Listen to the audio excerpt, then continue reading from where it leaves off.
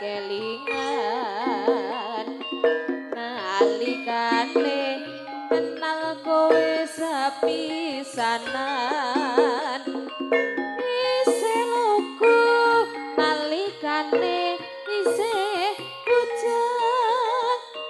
ngucap setya nyekel tangan pemasaran pancen jodoh aku kowe ora ngerti senadyan to biyen kae nate janji pungkasane dipundhut garwa wong liya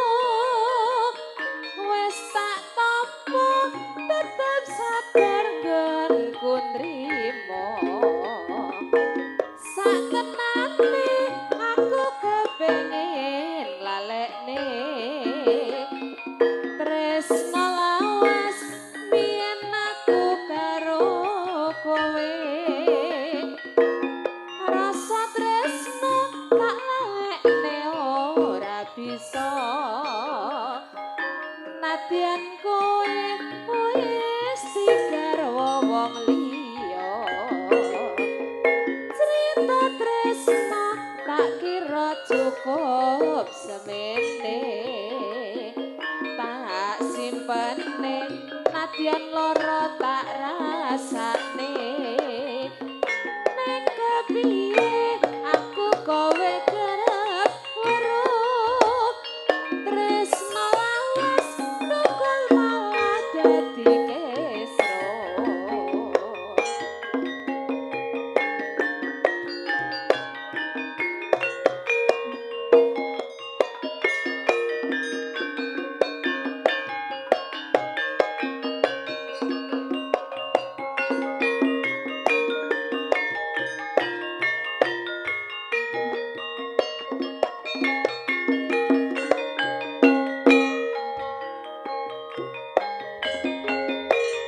kaya ngene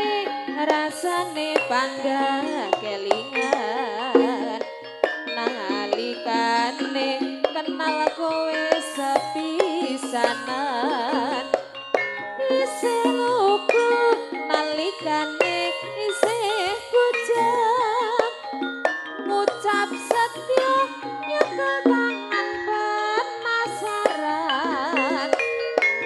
pancen jodoh aku kowe ora ngerti senadyan to biyen kae nate janji pungkasane dipundhut garwa wong liya wis tak tampa tetep sabar nggonku nrimo sakenane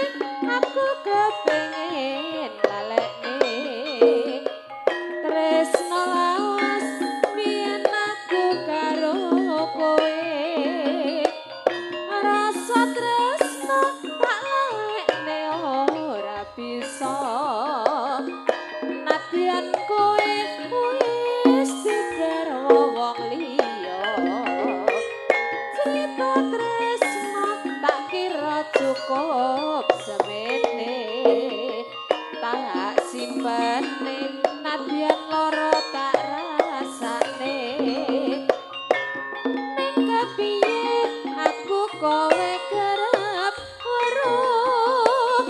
tresno lawas tukul malah dadi kesro satenane aku kepengin lalekne tresno lawas biyen aku karo kowe rasa tresno tak lalekne ora bisa nadyan kowe wis digarwa wong liya cerita tresno tak kira cukup semene